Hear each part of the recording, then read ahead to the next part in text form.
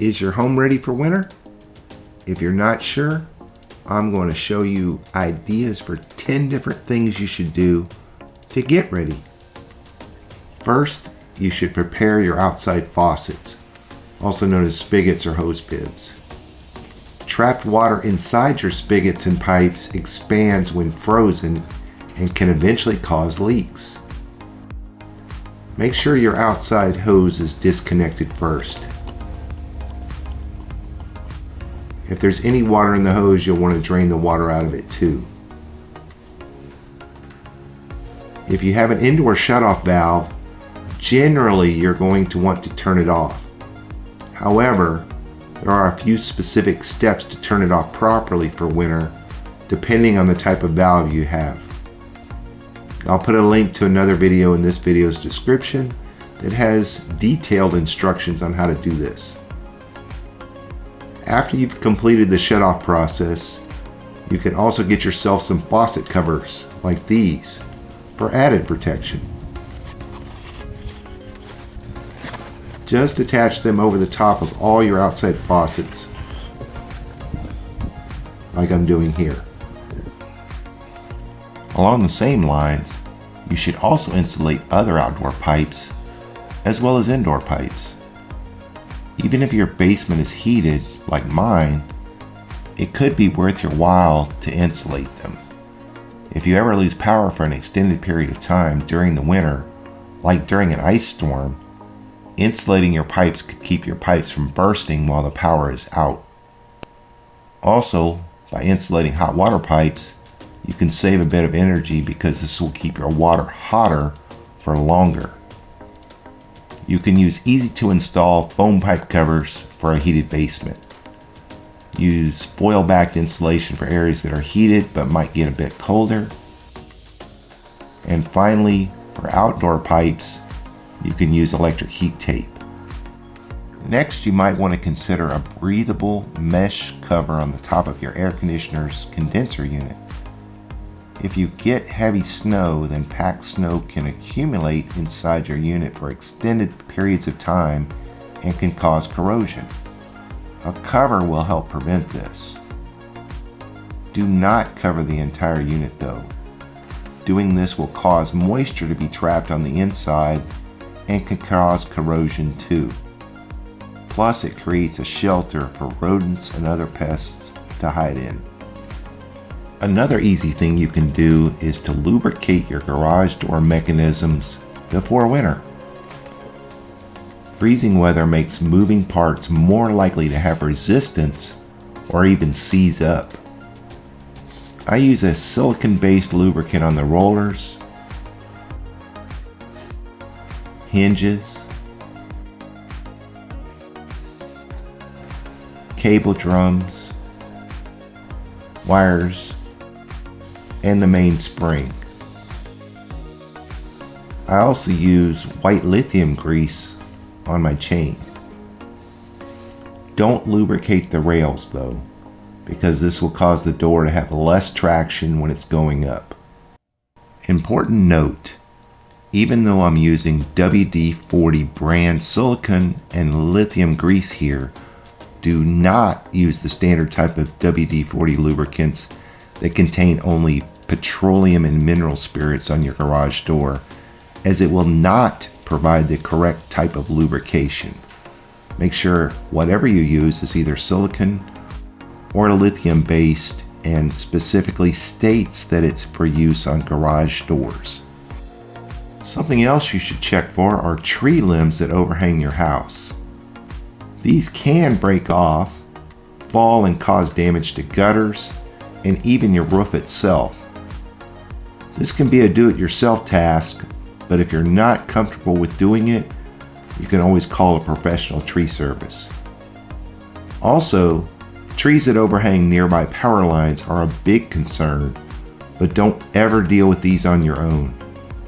Call your electric company if they're main lines, or a professional tree service if the lines are on your property. Now that I'm halfway through my list, I'd like you to view a 10-second message from my sponsor before I continue.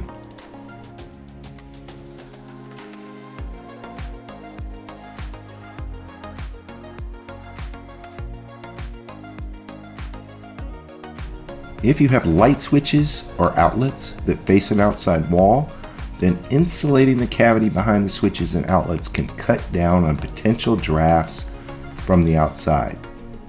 You can find this type of insulation online or in any hardware store. Just make sure the description specifically states that they are made from fire resistant or flame retardant material. First, make sure you turn off the breaker for that circuit. Then each cover should be easy to take off by removing all the screws. After the cover is off, make absolutely certain that the power is off by using a non-contact voltage tester like the one I'm using here. Remove the appropriate cutouts and position the insulation over the switches or outlet and make sure the insulation is positioned properly and pushed down just far enough so that the cover goes back on correctly. If you have drafty windows that need caulking or they aren't multi-paned, then you can make them a lot less drafty with a temporary window film covering kit like this. They make a pretty good air barrier in front of the windows. They're pretty easy to put up, just follow the instructions. I use these on my single paned basement windows. They can last for years. If you ever need to remove them, the sticky tape just peels off and in my case does no damage to the wood trim around my windows. Of course, a permanent solution would be to caulk your windows or maybe even replace them with multi-paned windows. If you're not sure what type of windows you have, I'll put a link to another video I made in the upper right hand corner so you can quickly tell what type of windows you have. It's always a good idea to check the exterior and interior caulking around your windows on a regular basis, but especially before winter. Damaged caulking can create drafts as well as cause excess moisture inside your home. Inspect the edges of your windows carefully and look for breaks or even caulk that's separating or peeling off. If the damage is minimal, you might just be able to caulk over the top of the existing caulk. If the damage is more extensive, then you're going to have to scrape off the old caulk first before you put the new caulk on using a scraper or metal spatula. A caulking gun will also make large jobs easier. If you're repairing exterior caulking and you're not going to paint over it, I'd suggest using a silicone-based caulk. If you're going to paint over the caulk, then use a paintable polyurethane or paintable silicone caulk because paint adheres to it better. Checking your doors for drafts is important too. An easy way to check for drafts is to take a lighter or incense stick, preferably on a windy day. Hold the flame or incense stick close to your door's gap. If the flame or smoke flows inward to or outward from the door, you probably need to add some weather stripping. Don't forget to check the bottom of the door too. There are many types of weather stripping for doors, so you're going to have to decide what you need based on where it is or what type of damage you have. One easy repair you can do is with adhesive-backed weather strips. These aren't as good as something like nail-on weather stripping, but they will do in a pinch and can last a surprisingly long time. The last thing I'll mention are batteries and battery backups for those times blizzards and ice storms cause your power to go out. Having plenty of batteries of all types around is a must. It's also handy to have a couple of these small battery backups because they're really good to keep your cell phones charged. Also, you can keep a few uninterrupted power supplies around to power things like electric chairs, radios, and TVs. Personally, I also keep a couple of medium-sized portable power stations around to run things like my sump pump and my gas-powered tankless water heater.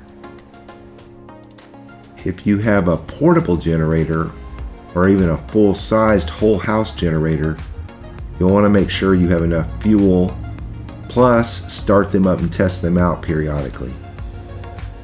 Finally, if you're lucky enough to have a full-size battery wall, make sure it's charging properly. Well, that's my list. I hope this video will help some of you out there to keep your houses warmer this winter. If it does, drop me a like.